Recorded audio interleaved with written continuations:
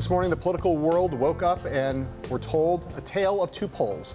On one page, a NBC News SurveyMonkey national poll shows Hillary Clinton leading Donald Trump by 4 points among registered voters. But a CNN ORC poll has Trump leading Clinton nationally by 2 points among likely voters. So which one of these two polls is right? We have called in our pollster-in-chief, numerical soothsayer and savant, Ann Selzer from Des Moines, to help us make sense of it all. Ann, thank you for coming on the show. Let's start with the CNN ORC poll, and Trump up 45 to 43, just from 30,000 feet. Good poll, or is there reasons to be dubious?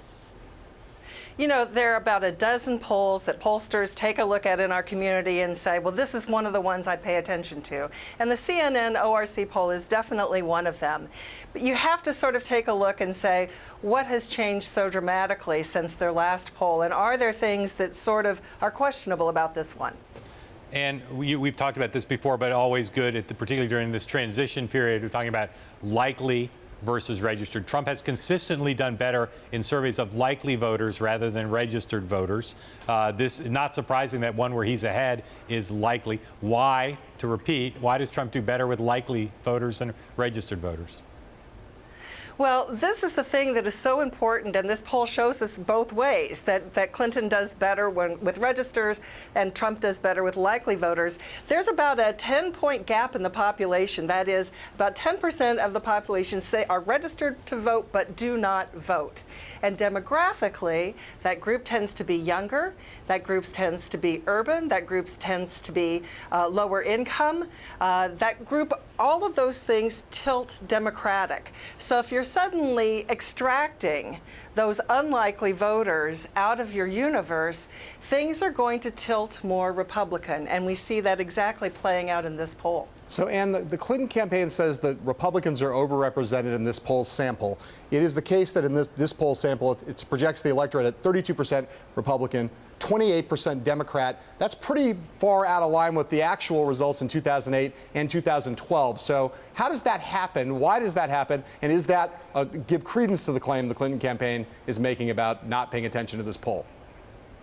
Well, two points I would make. One is that political party ID, as someone asked me what party I am today, that's a floating variable. There's a lot more that happens on a day-to-day basis than political sciences would like to think, that they'd like to think it's fixed. That said, these numbers are different in that there are about 8 percentage points higher on Republican than this very same poll had a month ago. What's striking is that they have the identical percentage of Democrats this month as they had last month.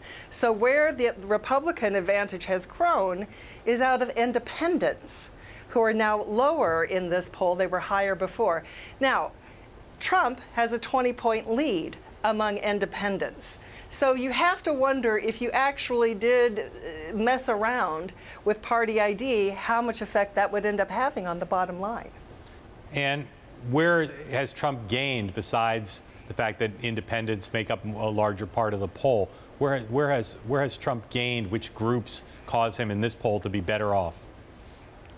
The most important group with which he's gained, and again, this is one more reason to give it some credence, and I'm pretty tolerant of polls that look a little different, is that he has gained ground with self-identified Republicans. And again, I like to look at the same poll month to month. A month ago, it was in the 80% of Republicans who said they were supporting Donald Trump. He is now almost even with Hillary Clinton, with about 94% of Republicans saying they support him. That's what she gets with Democrats. So he's brought some Republicans home, right. Another reason for his boost. And there's tons of reasons to think that that could be realistic, maybe not the same numbers as this poll shows, but the Trump campaign has put a real emphasis in the last several weeks on trying to bring Republicans home. That's right. That's exactly right. So it would be too easy to toss this one out. Yep. So Ann, let's just quickly think about the Washington Post SurveyMonkey poll. 50 states, online poll, really, really large sample size. Talk about the methodology of that poll and what you think of it. Well, SurveyMonkey has broken new ground in what it is that they're doing, and they admit this is an experiment. They have a platform. That is, they have customers who use their hardware or software in order to conduct surveys of their customers, of their association members, of whatever that it might be. And on any given day, there are 2 million people in the United States who are taking a SurveyMonkey survey. They take a sample of those and offer them the opportunity to participate in a short political current events questionnaire. So that's where they get this huge number.